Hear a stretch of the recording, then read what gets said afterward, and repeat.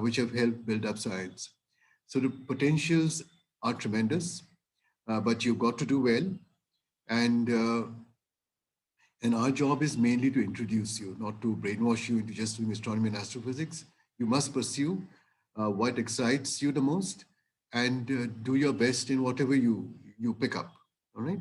So with these opening remarks, I will probably request Ishwar to sort of go through briefly about the opportunities and possibilities in India.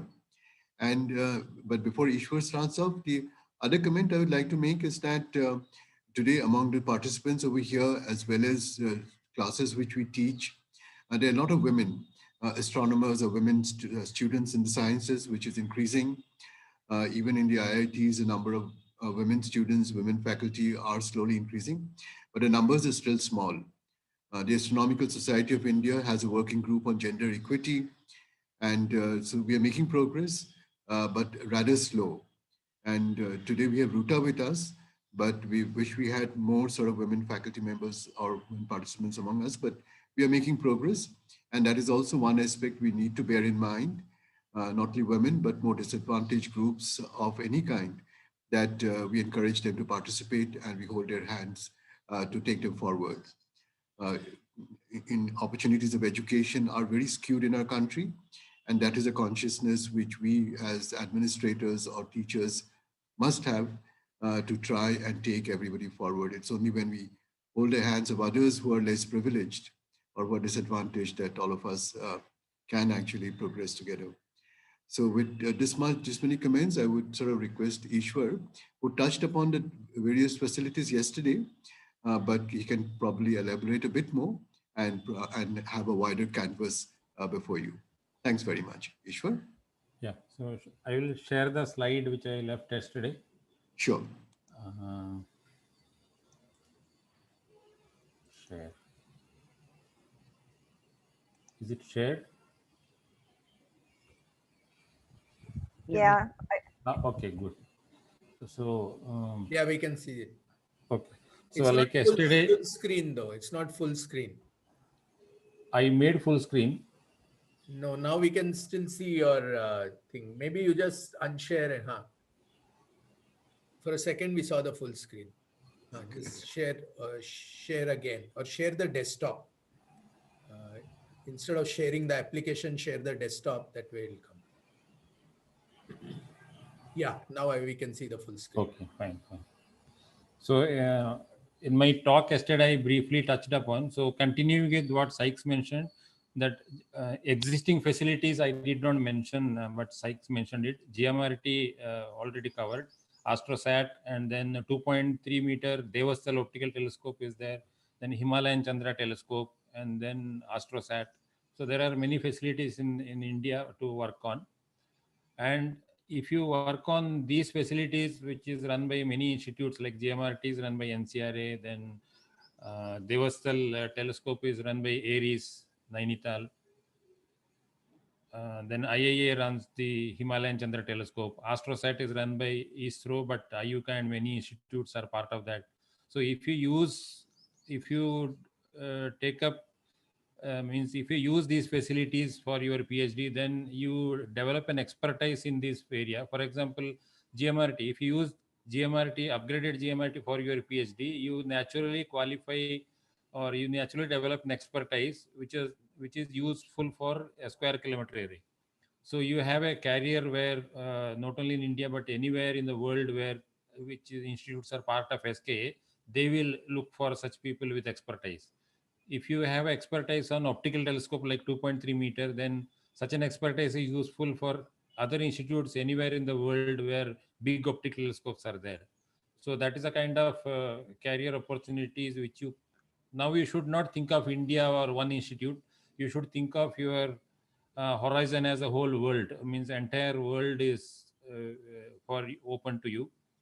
PhD you may do in India, but once you are complete the PhD, then for postdoctoral options, you will look for anywhere in the world, Australia, US, Europe, China, or South Africa, any such facilities.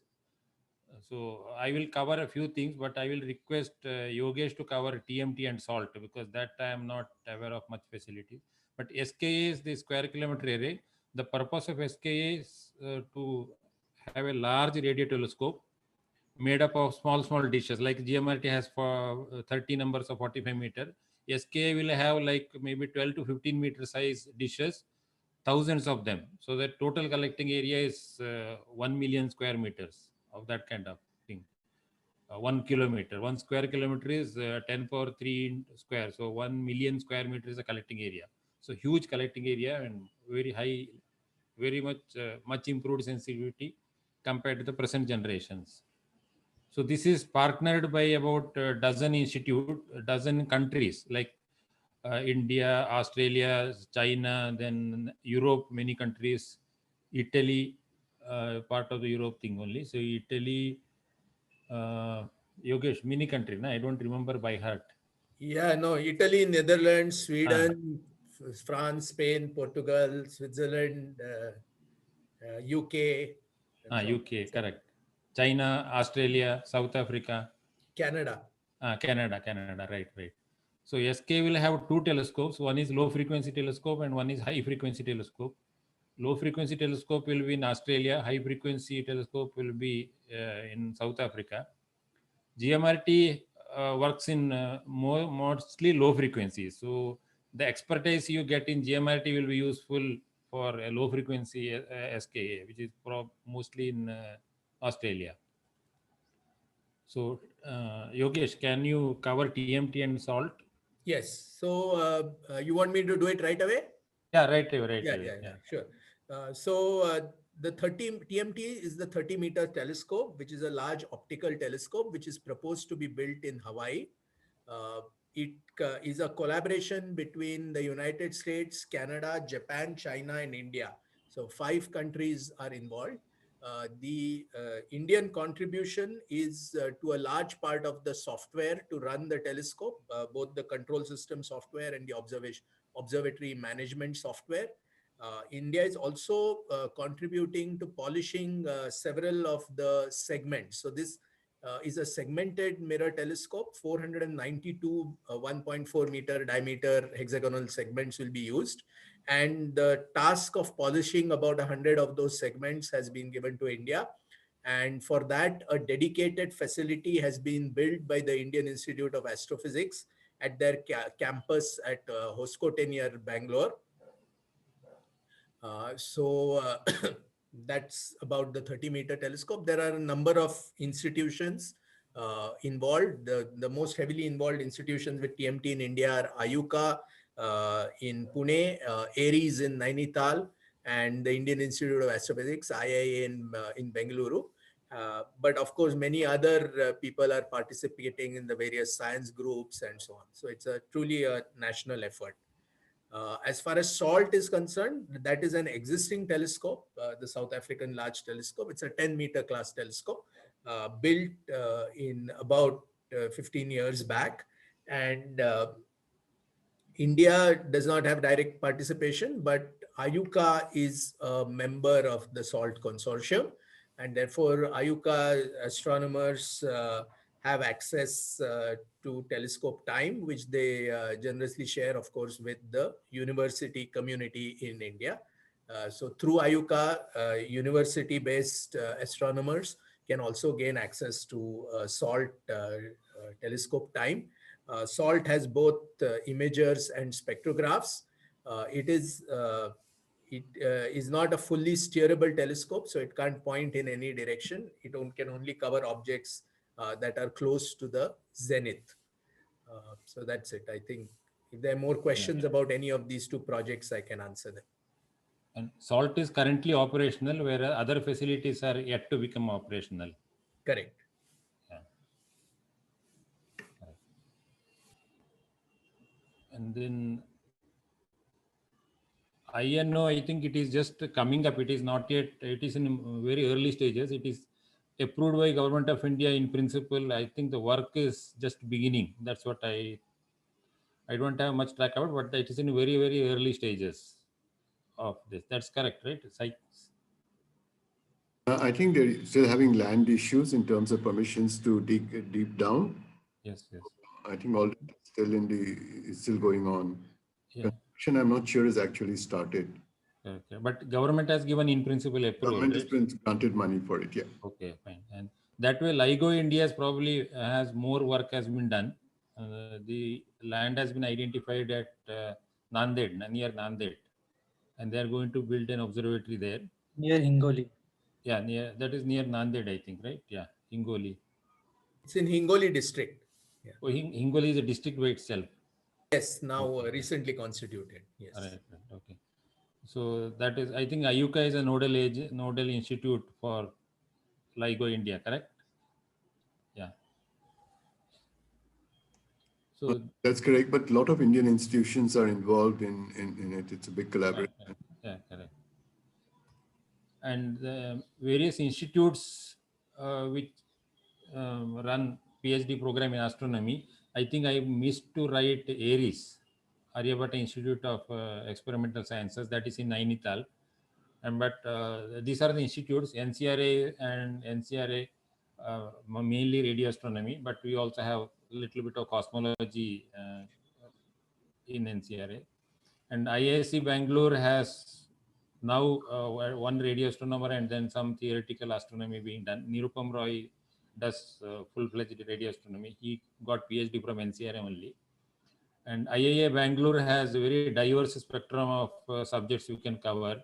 One of the interesting thing which probably you may get interested is this extrasolar planet. There are active people who are actively working on extrasolar planets, atmospheres of extrasolar planets, whether planets outside the solar system is habitable. So these are like interesting topics.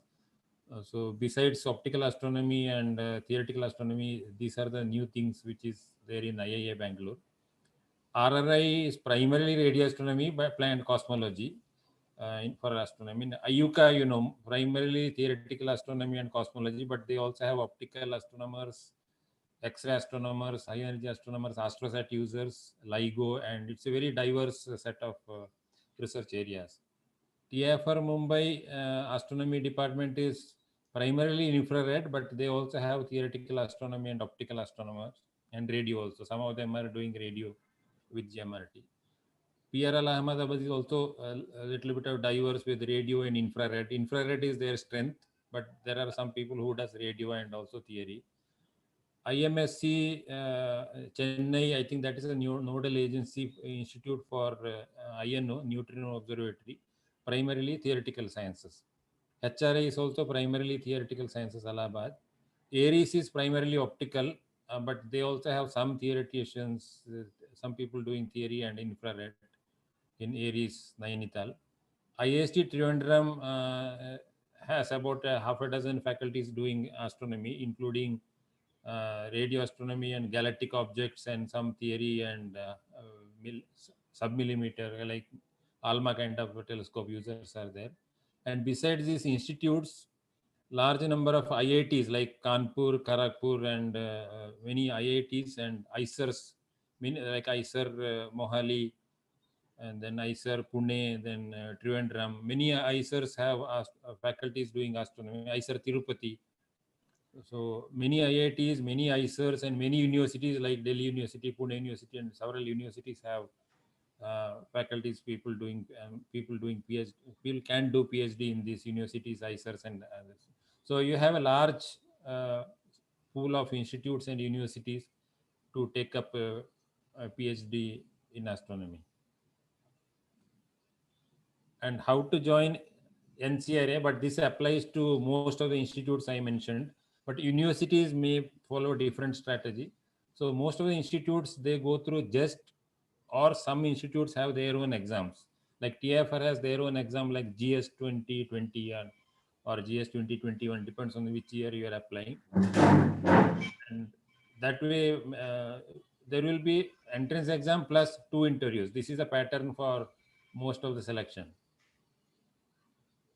One thing is, as Sykes mentioned, that you have to be good in your subject. That means your fundamentals has to be strong. So in interview, people ask very basic questions. If your fundamentals are strong, you will be able to answer them. But otherwise, we have seen people with scoring very high marks and not able to answer escape velocity properly. So that's what I meant, that just scoring marks is not good enough. You should be able to answer things right from the beginning, simple things, but you should develop the means you should develop that topic right from scratch. Like escape velocity, for example, you should be able to develop the concept of escape velocity right from scratch, not just by heart a formula and then mug it up in the interview. So this applies to all interviews anywhere, whether it is physics, biology, or mathematics. Anywhere this applies. Sykes, you have anything else to add? I Yogesh, Rutar. think you've covered most of the aspects. I think Ishwar, here you have mentioned MSc, but we also have the integrated PhD program where students join just after their BSc.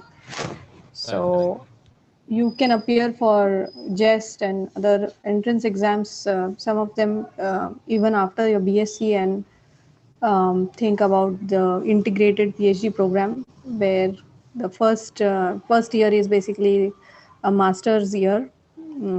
At NCRA, we basically do that at Pune University, and after that, from second year, you join the graduate school, and then it follows like a regular PhD.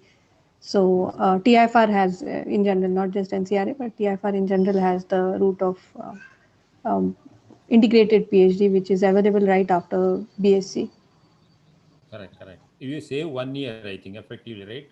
Regular PhD people after MSc you take 5 years, and integrated PhD takes 6 years. 6 years, yeah. So you say 1 year, and many institutes are now have this option. Yeah, good you pointed out. I forgot about it. Many institutes, not only NCRA, TFR, IIA probably has, many institutes have this integrated PhD option. Integrated PhD, yeah. Yeah. Particularly IISc. Yes.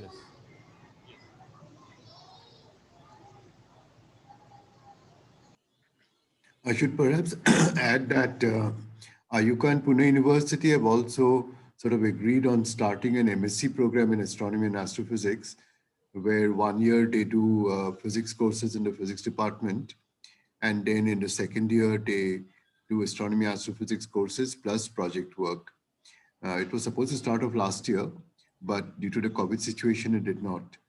And so I don't know whether it will start off, but that's another thing to keep your eyes open to in case you're interested.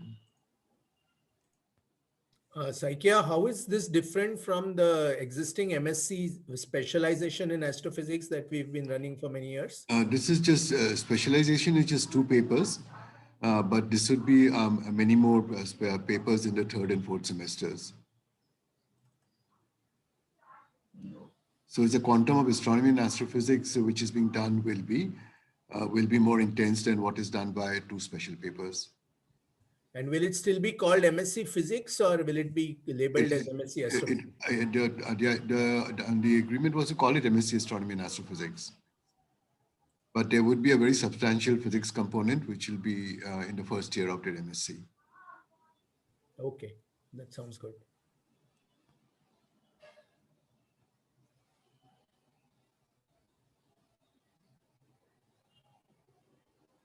I think now people should ask questions, because one-sided information. I mean, are there any questions on this interpretation? Then we'll go on to other aspects.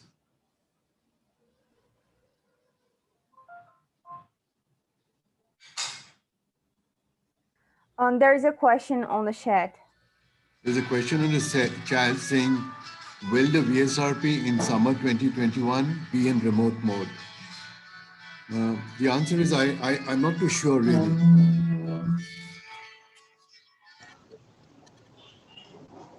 So the last VSRP, basically 2020, it was conducted remotely.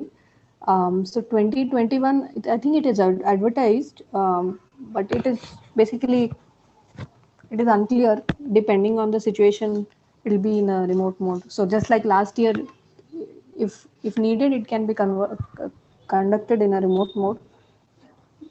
So we will know only depending on the situation. Yeah, there is another question of integrated PhD allows one to leave out with the MSc degree. So that takes 3 years. So it doesn't. You cannot leave after 2 years of MSc. So what happens is, you join for integrated PhD, you have the first year, which you will do with the master students at the Pune University, for example, at NCRA. The second year will be the graduate school of IUCA NCRA that happens. And then only after third year of project work, that one has an opportunity if you want to opt to do a MSc, but the program is basically meant for an integrated PhD. So basically, if you do an MSc outside the integrated PhD program, you will get a master's in 2 years. If you join the integrated PhD program, and it depends on your interest. So there is a route to um, have your MSc after 3 years if you think that you don't want to pursue your PhD. But the program is basically meant for PhD. So you will take 3 years to do your MSc through this route.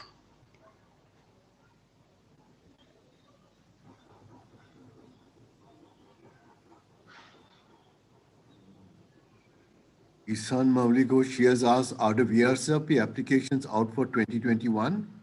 I could only find the 2020 website. It is advertised around this mid-Jan or so. So it should soon be up if it is not yet up on the website. So I Yeah, think, actually for some reason I can't open this. I don't know. There's some problem with my browser. but I think the message is watch out for the advertisements as far as VSRP Yeah. is concerned. And this is Yeah, this is. roughly the time when it gets advertised. So, and anyway, you can email one of us by the end of the month if there is nothing out, and we can check and get back to you.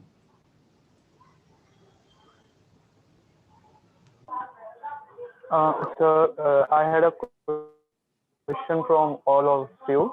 So, whenever we apply at the end of the third year for a major, I mean a 4-year program, BS to this program. So in third year, we all try to do a kind of substantial, some good work to get a proper research experience. So when we apply for those, like for that, they ask for prior experience. So and then we try to apply for some research experience under any professor or researcher in second year. So then there also a thing comes like, do you have prior experience? So it becomes a chain, like getting experience for the experience. So sir, I want to ask from all of you, like if someone applies in their second year, so what level do you at least expect from them, so that they can work under you and get some experience in research or something like that? Okay, I think I can leave it to several of my colleagues to respond to that. But basically, even if the form asks that question, we are not. We often choose students with no prior experience. It depends on their. Our forms usually ask for motivation for the project and the academic background, etc. And we often take students with no prior experience, but with an interest and a good academic record. And that keeps happening. I mean, over the years that I was in NCRA as well as IUCA, that keeps happening all the time. But what you have to realize also as students is that we often get overwhelmed by the number of students who write to us. The number of students looking for projects is very large. And each of these institutes, at least both NCRA and IUCA, the number of faculty members are limited, about 20 or so, with a lot of other commitments as well. So the number of students that each faculty member can take is limited. But it is not necessarily confined to those with just prior experience of research. And in fact, some of our programs, for example, the Radio Astronomy Winter School being one, we don't ask for it at all. We just want you to have an experience at pretty early age, pretty early in your academic career. There have been other programs by the radio physics laboratories of both IUCA and NCRA. For example, there was a pulsar observing thing, which my colleague Branchan Joshi, Desh was also involved, I think, where people with no experience did observations using the OT radio telescope when they spend time. And we don't insist on that at all. We just want to see from your teachers or from your write-ups that you're actually interested and have a good academic background and are motivated for academic work. But any of my friends, colleagues over here can add to it, Desh, you want to add to it? Ruta, Prakash? Yeah, I might just, underline what you said is good, consistent academic record and genuine interest are the only two criteria that seem to, come through whenever any selection happens. In fact, sometimes people who have already have had a lot of experience may not get considered for certain programs because the idea is to give experience to people who have not yet had the chance and so on. Yes. And is Mohammed, are you mentioning or referring about the PhD admissions or VSRP admissions? That was like general, research experience in the undergraduate only, like third year summers or second year summers. Okay. Research projects in undergraduate. Okay, fine. Because the kind of thing which you mentioned usually applies if you're applying for PhD positions abroad, then they ask for prior experience. Whereas in institutes in India, they don't ask for prior experience. You are a totally fresher and with zero experience, you can go through the entrance exam and interview, qualify, and then start PhD. I have a question.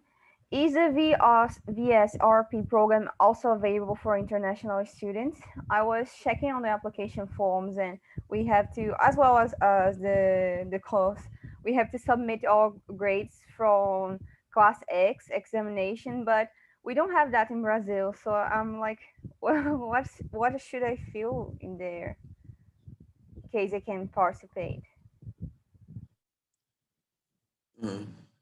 Yeah, I think these are very specific questions. You should write to the email address that is mentioned on the form or elsewhere, and ask specifically, because I don't think people here are directly involved with the VSRP program, and therefore we may not be able to comment unless Ruta wants to say something.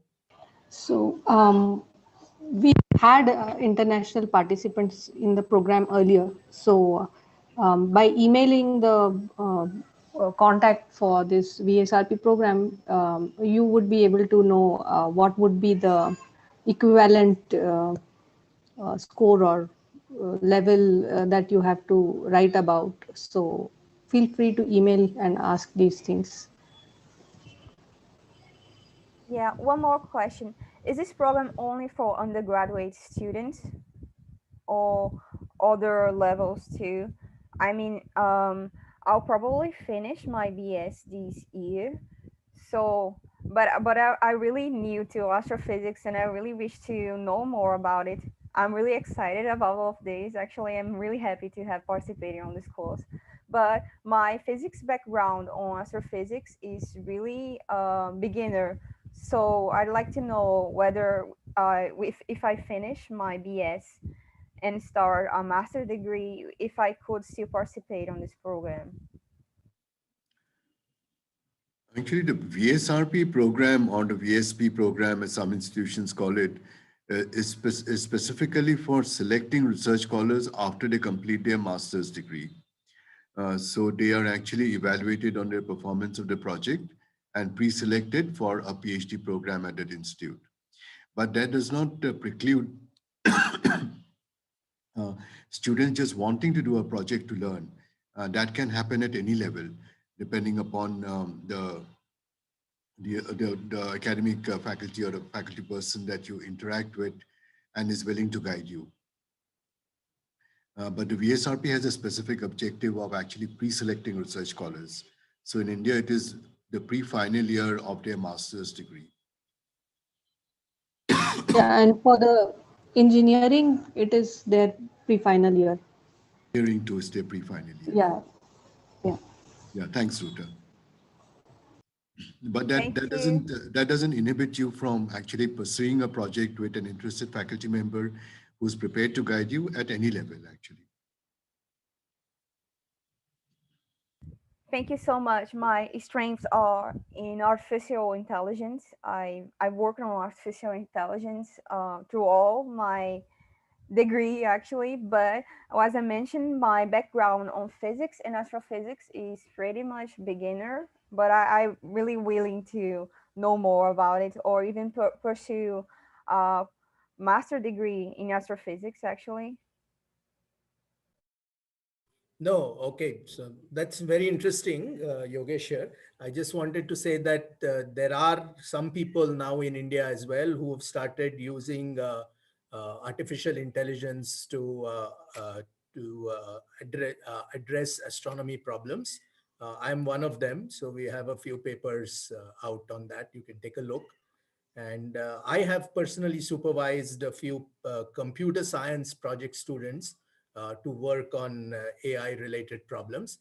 And the, it has worked out reasonably well for me because they brought in, but none of them has actually been interested in astronomy.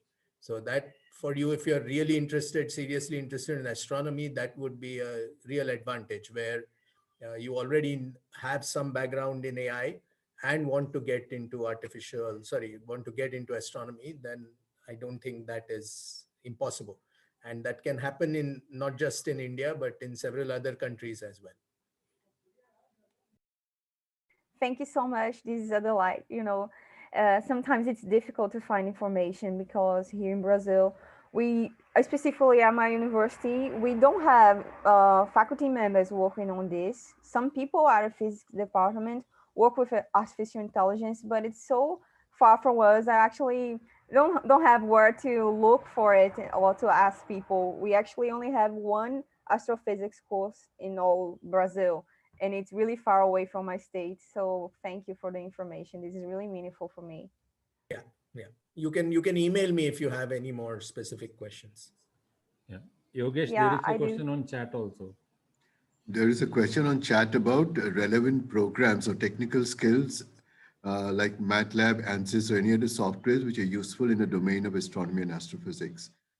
I mean, something like MATLAB would be useful independent of what you do, but there would be very specific programs for reducing or looking at astronomical data which have been developed by different observatories or groups of observatories. Perhaps Yogesh, you can elaborate a bit more on that. So there are, I mentioned a few sort of data Mm. analysis softwares that in my talk, but you can also, there are a lot of domain specific software tools that various people use. So it's very hard for us, unless you know exactly which research area you want to work on, to recommend the software tools. But in general, I have found that the software tools are not impossible to learn. They're quite easy to learn, well designed, and so on. So what you should, if you want to do a PhD in astronomy and astrophysics, you should focus first of all on the physics and mathematics that will allow you to qualify for the PhD program.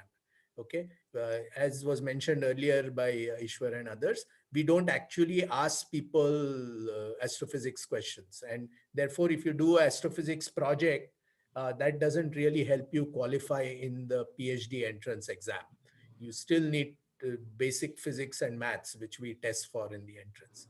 So I would encourage you to not worry so much about the software skills that would be useful, because the gate that you have to cross, that requires you to be proficient in physics and mathematics. And then thereafter, if you want to do learn software tools, you will learn specific tools anyway. And you will have, if you are in a PhD program, you will have sufficient time to gain experience with the specific software tool that you need to know. So I in fact strongly discourage people from investing too much energy into that. On the other hand, if you have some specific expertise, not in a software tool, but in an allied area, like you're an expert in AI or some machine learning or something like that, then that is something that may be directly useful even for your PhD program. But I don't recommend or suggest specific software tools that people would like to learn. And as Sykes mentioned earlier, generic tools like IDL or MATLAB and things like that, which have a very broad applicability, it's always good if you know them, because you'll anyway use them in one way or the other. Okay. Rupa, would you like to make any general comments? Yeah. Yeah, sorry, No, no, did I I just hear? wanted to make one general comment to follow up on this discussion, which was that we do get a lot of email from students for projects, right? And it is very difficult for us to offer projects to students who are just starting out, let's say in their BSc and so on. So they don't have the, forget astrophysics, they don't even have the sufficient physics background to or do a research project. And they are thinking, from their perspective, I can understand it. They're saying that we just want to gain some exposure. Okay. But that is very, very difficult for us. As was mentioned earlier, there are only a few astronomers at IUCAA, places like IUCAA and NCRA, who are busy with many, many other commitments. We don't have the time to handhold you at the basic level. So for such people, I always recommend that you go online. There are some excellent courses available at Coursera and EDX and websites like that.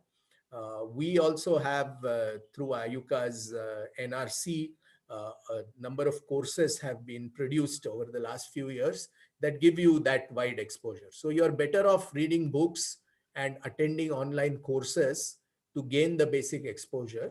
And then somewhat later, maybe in your pre-final year or your final year, approaching us saying that, look, I have this background already. Can I work with you? So I, for one, and I'm sure many of my colleagues, will be more interested in taking students who have already done a lot of homework and then come to us saying that, look, I'm already proficient in all of this. You don't have to explain the basics to me. I can get started. Because otherwise, students come and they spend the first 4 weeks, 6 weeks, whatever it is, just reading the basic books. And we spend time with them answering their doubts and so on. So it becomes really very difficult to do a research project on those time scales. The other point I want to make is that students should not think of research as something that can be done in 2 weeks. It doesn't work that way. You need to spend a longer period of time. So if you are interested in a serious research project, I usually tell students minimum 6 weeks, preferably 2 or 3 months is the time frame that you should think of. Otherwise, it doesn't work at all well for both sides. Thanks, Yogesh. Would you like to make some general comments? Yeah, so starting from the connection to the earlier question that about this, what is when someone asks you for a background or prior experience, etc. What Desh mentioned that like your genuine interest should be manifested in some way. So there are many ways to do it, and it all depends on what kind of environment you are in. Like, so you can use all the your library or other resources which your institute or college offers.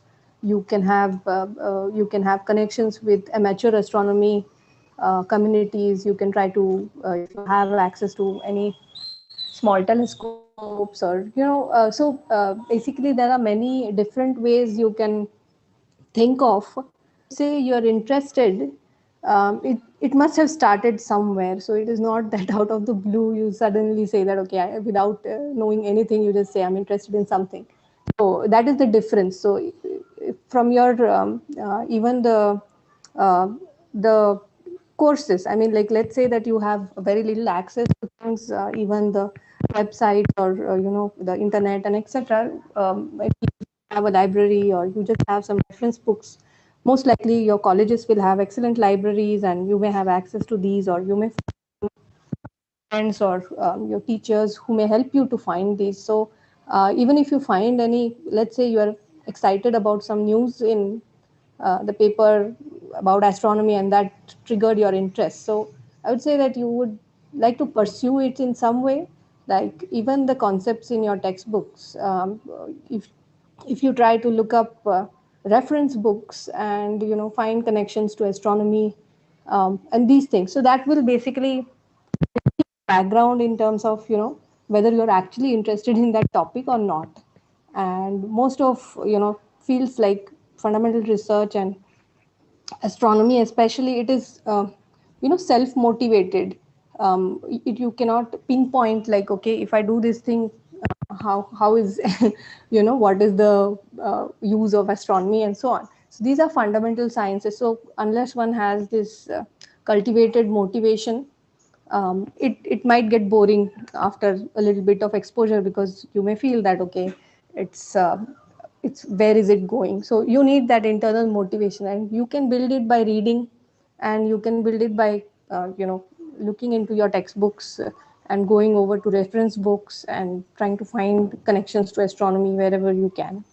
And I also agree with Yogesh that like generic technical skills are good to have these days, because a lot of work that one does as a researcher does make use of these tools, but it is not a huge disadvantage if you don't have access to it. So you shouldn't feel that it sort of leaves you anywhere less qualified for any of the programs.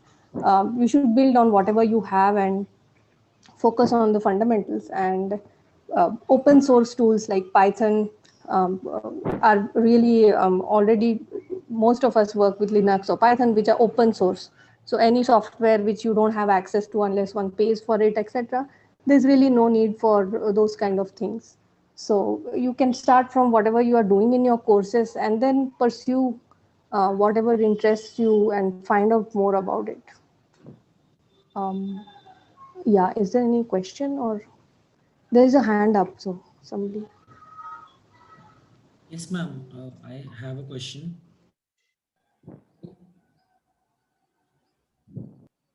Yeah, go ahead. Yes, so the thing is that I am a third year BSMS from Aizer Bhopal. So a lot of times we have to apply for internship projects at this time. Like we have, like I personally has started doing this like since this third year, because I didn't think that I was good enough in second year or first year. So in third years, when we start applying for projects, a lot of the projects titles are a bit feel a bit intimidating. It feels like we don't have enough knowledge to apply for these projects, but it feels like the because of the competitive nature of the research project market, and at this point we have to apply for as many projects as is possible. And but the project, reading the project itself, it feels like that this is completely out of our range. But research at this point in like feels like that personally want to pursue a field of cosmology, like observational cosmology, but the research projects are actually advanced. So it feels like, should we actually apply for this, or should we gain a background for this and then apply for this, or do teachers help us out right there, or are they expecting us to know all of this? So that is a bit confusing. So I would like some insight on into this. Yeah, can I try to answer this? Yeah, please go ahead, Yogesh. In fact, you had already answered it earlier, but go ahead and elaborate on it, I think. Yeah. Yeah. So what I feel here is that if very often the project is uh, is described in an advanced way, uh, also for people to realize that if you feel you are not up to the mark, you don't have sufficient background to not apply for it, because in some sense we get so many applications otherwise. We need some threshold. uh, Very often the people, if you write to them, whoever is offering the project, and ask them that, okay, I don't have sufficient background, but can you suggest some way in which I can gain that background uh, before I start the project? And they will be happy to suggest to you some books, articles, or online videos, or whatever it is, for you to gain that background. So but on the other hand, if you say, no, no, this is too much work, and I don't think I'll do something else, then of course you're welcome to it. So I think it's a bit of a problem on both sides, wherein the professors are describing the project in at a much higher level of competence than what you actually have. But in many cases, it turns out that the students don't have sufficient background. And I've had students who came in with very little background, but were very bright and very motivated. And therefore, they sort of progressed on the project very rapidly in the time available. So you should not, if you feel that confident enough that, okay, I don't know this, but I'm sure with some guidance I can learn. And that guidance is unfortunately going to be quite, in terms of time, very, very small. So the professor is going to just be able to point you to, okay, go read this, go see that, and so on. So you will not, if you feel confident that I can learn a new subject on my own, then by no means get intimidated by it. If you're really interested, just apply, talk to the professor, find out what background reading you can do before you join, do it, and then you'll be able to pick up. On the other hand, if you feel that this is completely outside my domain, then you are better off doing another project with some other person where you feel you will be able to make more progress. Okay, we'll actually move on a little bit now. I hadn't warned Desh about this, but being a radio astronomy school and in terms of training students, it may be good for Desh to tell them a little bit about the Swantina project, where antennas or antenna elements are being sort of built in different institutions or will be built by both students and faculty together. Desh, you want to tell them a little bit about Swantina? Is Desh there? Swantina or Swan in general? Swan in general, Swan in general. Sorry, not Swantina, Swan in general. Sorry. Yeah, so there is an initiative which started at Raman Institute and it's continuing while I'm at Ayuka about taking radio astronomy to colleges. This involves basically the hope is that to have a significant size or capability radio astronomy instrument on the campuses of universities and institutes who might be interested in having those and have a network of such stations working together to act as a very powerful instrument. And the three motivations for it. One of them, two of them are astronomy driven. One of them is to search for transients or monitor transients all the time. And then having these stations located across India with baselines reaching about, several thousand kilometers. You will have ability to localize the direction of the sources if you see a transient which in the area that is being looked at by various stations simultaneously. So that's like the VLBI, very long baseline interferometry capability, but also have wide field of views so that you're looking at large part of the sky at a given time. And one of the motivations for that is this FRB like signals, fast radio burst like signals, which have puzzled everyone, and still we do not know what is the nature of those sources.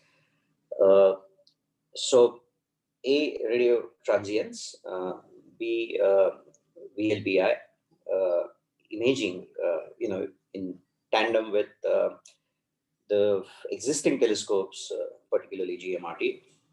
You will find that adding information from longer baselines, combining that with what GMRT would give, would take the imaging regime to a much finer level, where you would have improved your angular resolution by 4 orders of magnitude. So the third most important thing, which is most relevant here, is to engage or give opportunity to students at a very early age to dirty their hands and get hands-on experience and even participate in the development of this instrument. Okay, not just push a key and something starts working. Not give them instruments at this level. The Swan telescope would be designed and developed by the younger community in the coming years.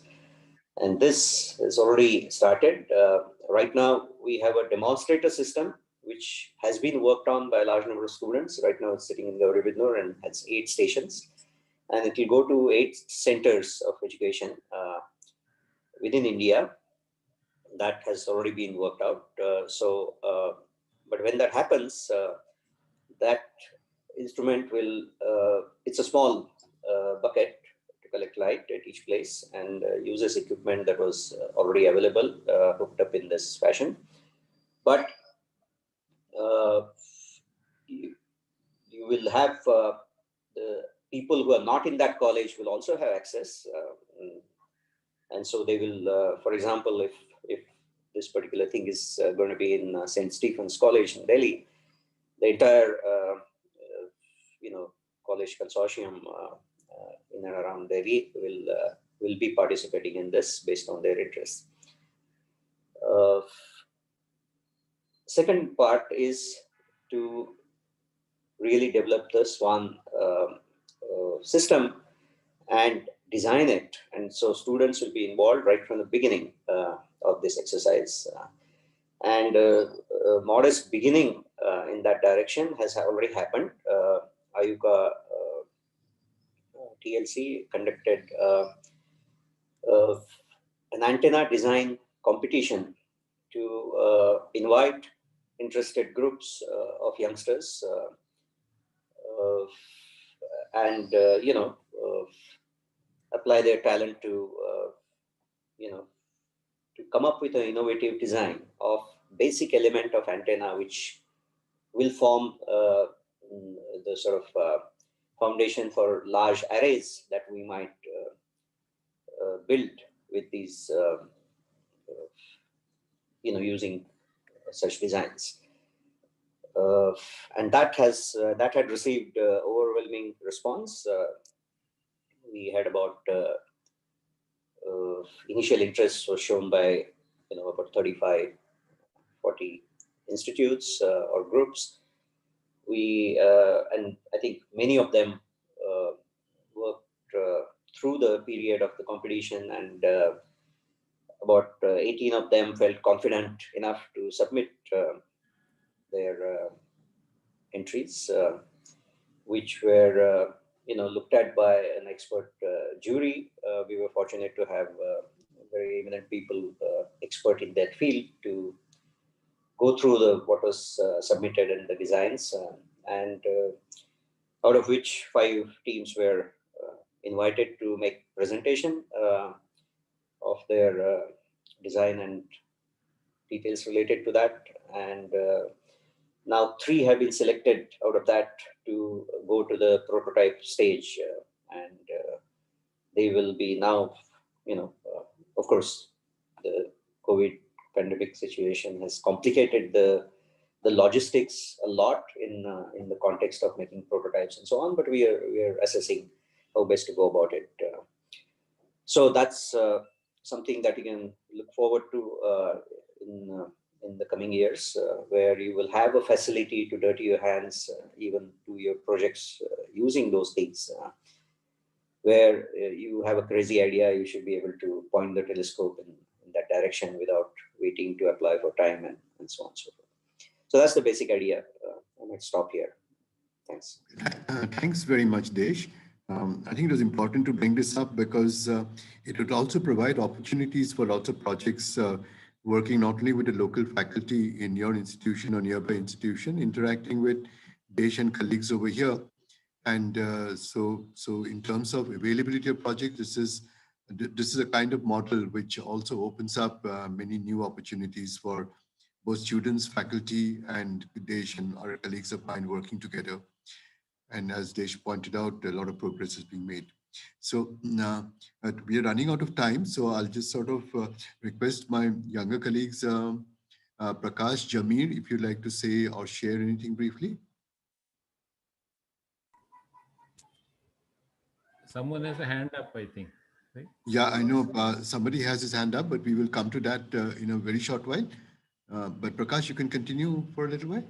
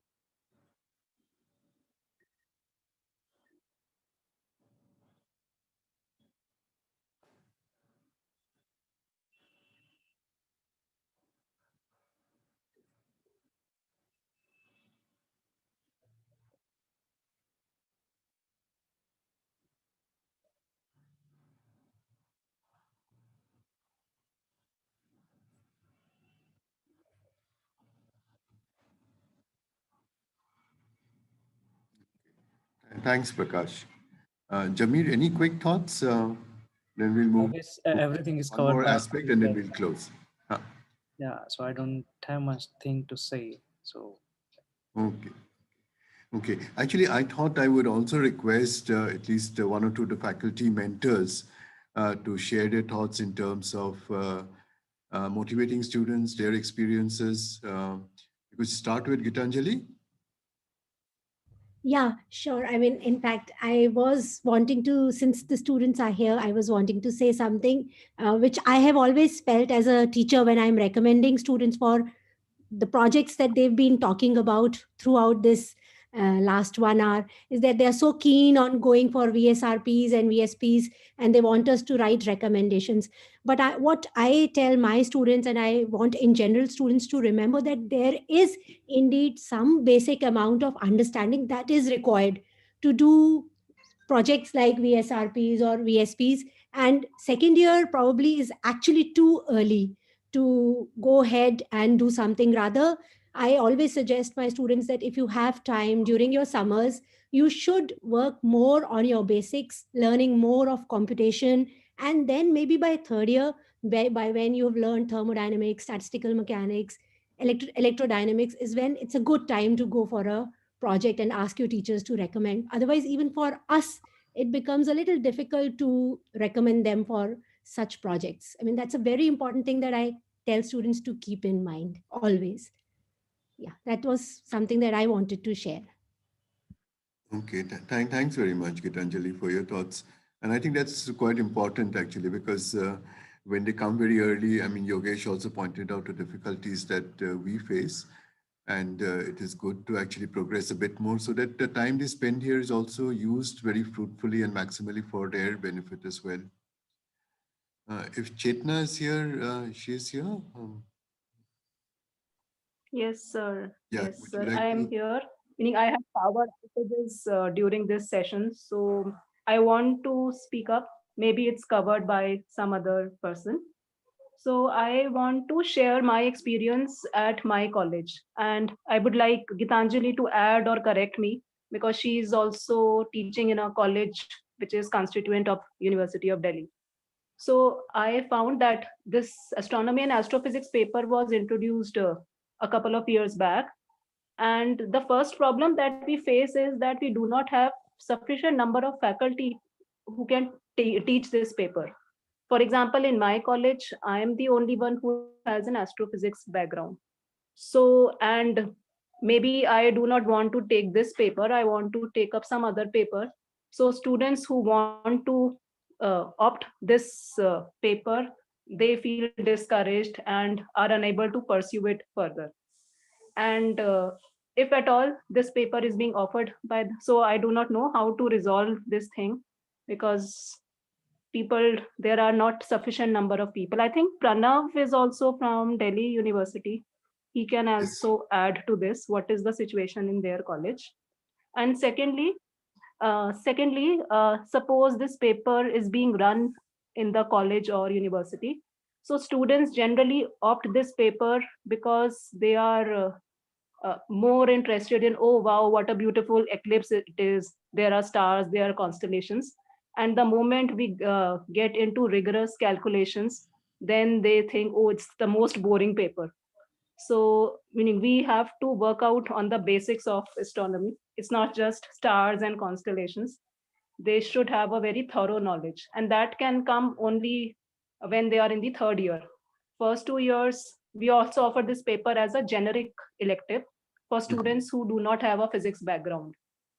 For Yeah. them, meaning this year I'm taking that paper, so I have students from geology honors, mathematics honors, and like that.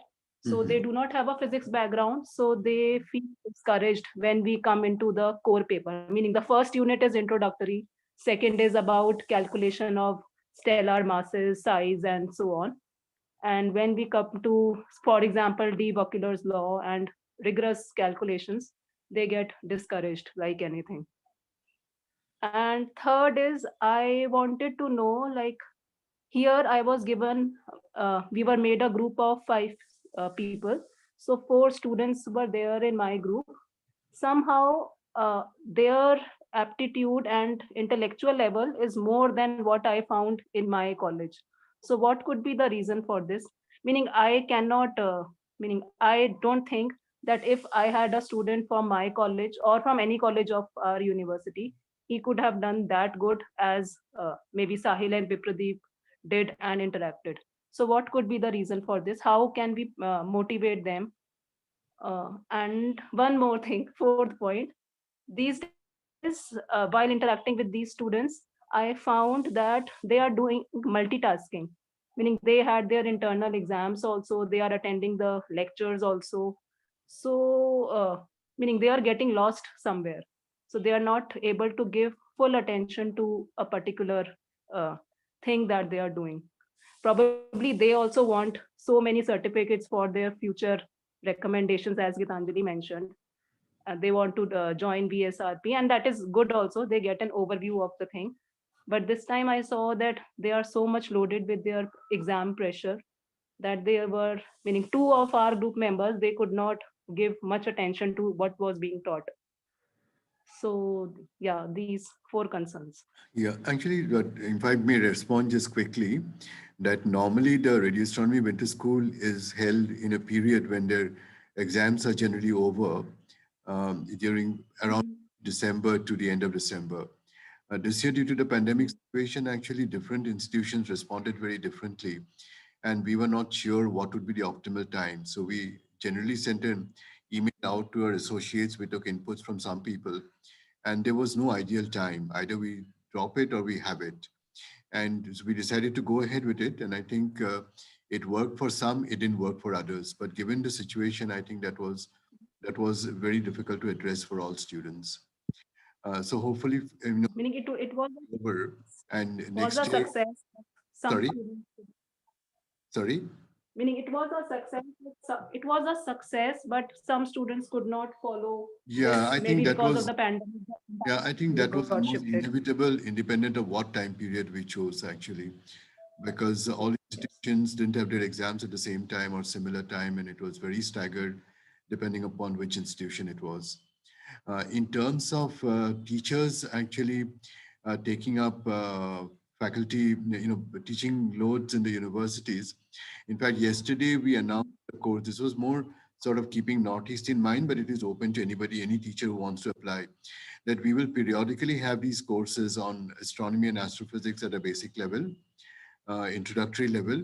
So, So what will be what will be the content of it? Meaning it will be tuned into the syllabus of the universities. the thing is that what we are trying to do, we are starting with the IUCA Center for Astronomy Research and Development at Tejpur University. And actually, whatever syllabus you take, basic elements are, astronomical techniques, stars and galaxies, stars and stellar evolution, galaxies. These components we will cover, and then anything extra that we can do in about a 2 month, 2.5 month period, but without loading the teachers too much, and probably even having classes outside the regular teaching time, so that we are able to address a maximum number of persons. So one has been announced yesterday and sent out to the IUCA associates. Maybe I will request Prakash to also send it out to the faculty members, mentors over here.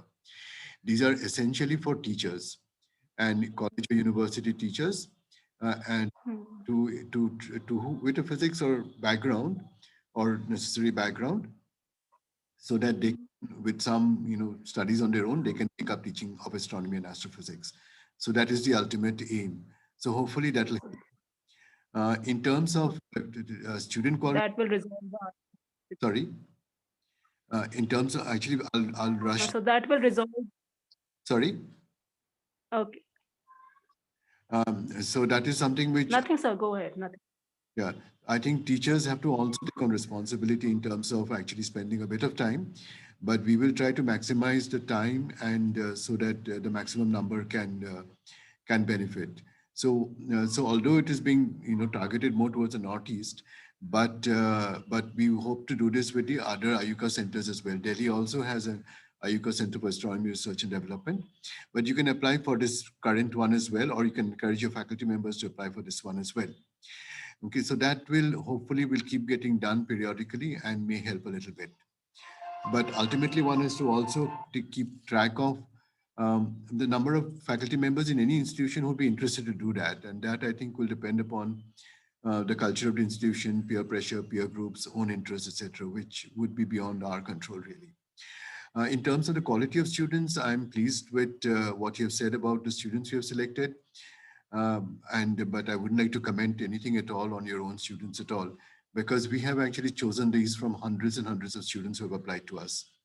So you're clearly, sampling the top end of a distribution. Delhi is also a chosen destination for many. I was also a product of Delhi University, but whether it's to the same extent, I do not know. So that is something which I'll not comment on. But in terms of our outreach, we'll keep trying the best that we can in terms of providing opportunities to teachers to learn the subject and teach as well. Okay. Okay, we'll follow things on chat. But maybe because we are running out of time, I'll just give a chance for 5 minutes to any teacher mentors who may want to share things briefly. And Ishwar pointed out to me that one of the things which is important also is that today the way astronomy is being done and the kind of techniques which one learns, it has very wide applications in industry as well. Software companies, many of our sort of students, both here as well as abroad, have gone on to do very interesting things outside astronomy as well, learning the techniques or tools that they've learned over here. But maybe before, maybe one of my colleagues can comment further on that.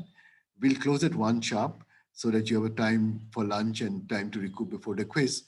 But any of the other faculty mentors who would like to share a few quick thoughts, you're welcome to do so. You can unmute yourself and say, but quick, okay? Quick and brief. I see that Nand has unmuted yourself. You want to say something quick? Parv is asking a question, but let me see if any of the faculty members want to say anything. If not, Parv, you go ahead with your question. Unmute yourself and ask your question. Am I audible? Yeah, you're audible. Good afternoon, everyone. I come from a technical background. I'm a second year ECE student. So I'm interested in astronomy, but I do not want to lose my technical background. I want to use that skill to harbor the astronomy. And even not using ML and etc. comes to me as a very shocking thing. So will it be right for me to go for MS program or I guess PhD programs, or will it be good to apply for organizations like ISRO or DRDO maybe? Actually, many of my very esteemed colleagues come from an engineering background and have done extremely well as astronomers and astrophysicists. So maybe I'll request Desh to react to that, who's done excellently in both techniques as well as astronomy astrophysics. Desh, you there? Yeah. Okay. So, Parv, what is your concern? Sir, I don't feel I'm very adequate to go for the theoretical background. So I want to work in astronomy with my technical skills and everything. Yeah, I think it's a. So I will make some general comments if I'm allowed to. There are no boundaries like theory and experiments. Okay, the boundaries between them are so diffuse, if at all they exist as two things at all. Secondly, all these subject-wise boundaries also are only made for training. Nature doesn't care about what you call something, right? Whether you classify that as electrical engineering or this or that. So, in general, in this area of astronomical pursuits, it's like a big playground. There are many gates to it, right? Finally, you enter through any gate. It what will decide how much you will enjoy or succeed is how you play the game and how much you're interested in it. So it doesn't really matter, as it's been emphasized that even in PhD interviews, the basic questions are asked no questions are really asked on the astronomy and so on, or any theoretical other issues that you are eventually going to learn. So I think in all these, it's important to realize that when somebody is trying to, examine you, they are not trying to find out what you do not know. They are trying to find out how well you know what you claim to know, right? And so you will find entry into any one of these programs with the background which will show them that whatever you took up at that point of time so far has been done well. And that gives one the confidence that you will be able to do well in other aspects when you take them up. So I don't think you should hesitate because of not having any particular background, technical background. As I said, this is a big playground. Somebody can play as a forward, somebody can play as a goalkeeper, and there are a variety of roles and issues involved. And as long as you're on the field and want to play the game, you will think that none of these becomes a handicap. Okay, thank you, sir. Sir, one more question. This might sound as naive, but what is the thought procedure of an astrophysicist towards any work? Like, how do you start and how it comes to a conclusion with the given period of time? I do not know. I'm not a astronomer or astrophysicist myself, but I think it might suffice to know that it's like the Sherlock Holmes puzzle, right? Solving. You do whatever needs to be done till you get to the bottom of that stuff that you're looking at, and it's just puzzled you. So you try to find those answers. The path you take vary from one to the other, but the genuine urge to get to the bottom of it is what drives everyone, I believe. Yeah, it's a journey trying to answer a question that you've asked yourself about something you're trying to understand. And as Desh mentioned, you may not, you may discover along the way that there is something more interesting. There's a different path. You might take that path. I mean, it's very difficult to define when you're doing research that this will be it. Often when you're working on something, you'll find along the way something which excites your interest, and you take that path, find something new and different. In fact, throughout these set of lectures, what you would have noticed is that how many of the discoveries and exciting things that have been found have been completely serendipitous, that they're doing something else, they find something completely new and different and open a completely new frontier of knowledge to sort of push and probe. So there is no fixed formula, actually. It's a journey. It's a journey in trying to understand something at depth, but working hard, learning from each other, learning from your peers, learning from people working with you, sharing what you have. So it's a journey of excitement, a journey of learning. It's a journey of where you work hard to achieve something, and there is no fixed formula. Thank you, sir. This has been really nice. Thanks a lot. Himatri, I think, said, can I add something to Pearl's question? Yes, sir. So I wanted to ask a very simple question. So I am also from an electronics background, and sometimes I feel that without having a proper physics background, I may not be able to, there will be challenges when I switch over to A&A as a career. So what suggestions that you have? I do some studies on my own. I mean, I read books, I try to gain some mathematical knowledge, but sometimes I feel that not having a proper physics degree might, hinder something. Or maybe what challenges I can counteract with my electronics knowledge and all. See, I think as Desh was trying to say, it's a playing field where you can play many roles. And obviously, the wider the skills you have, the broader or the more the number of issues you'll be able to understand and handle in depth.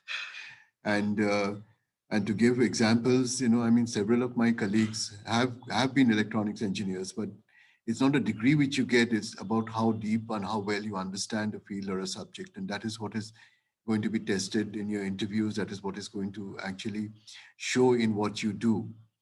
So getting a degree is not the important thing, is understanding what you want to do. And even if you are pursuing electronics as your main subject, I mean, as long as you're up to speed with your physics, even if you study on your own, there is a very wide spectrum of problems which you can address and handle. In fact, I mean, I feel handicapped because, I'm not adequately skilled in electronics, but some of my colleagues are both in physics and electronics. And sometimes I envy them, but it's too late for me in life to pick up. But I think as youngsters, you have that opportunity. You have examples of people who have excelled in doing both, and degrees per se are not important. You have to get the degrees obviously and do well, but it's how well and deep you understand the field that will matter more in the long run in the way you contribute. Any of my colleagues wants to add? Yeah, Saike, I would just like to Yeah, add. please, yeah, please. I myself am an engineer, and not even an electronics engineer, a metallurgical engineer by training. So I did not find it very difficult to switch to astrophysics, but I was deeply interested, I must say that. So what I would like to comment in the sense for people who are doing electronics, electrical engineering, computer science, etc., there is a real need for people with expertise in electronics, because a lot of astronomy is in building new instrumentation. Okay, whether it's an optical telescope or a radio telescope, the electronics is one of the most critical components of the telescope. And therefore, if you have good skills in electronics, that will be a very valuable asset as an astronomer. So I don't think you should think of it, you're doing electronics as a handicap. In fact, in the long run, it will very likely turn out to be a big advantage. And there are several examples within India and abroad of people who are trained electronics engineers and are now developing fine instrumentation.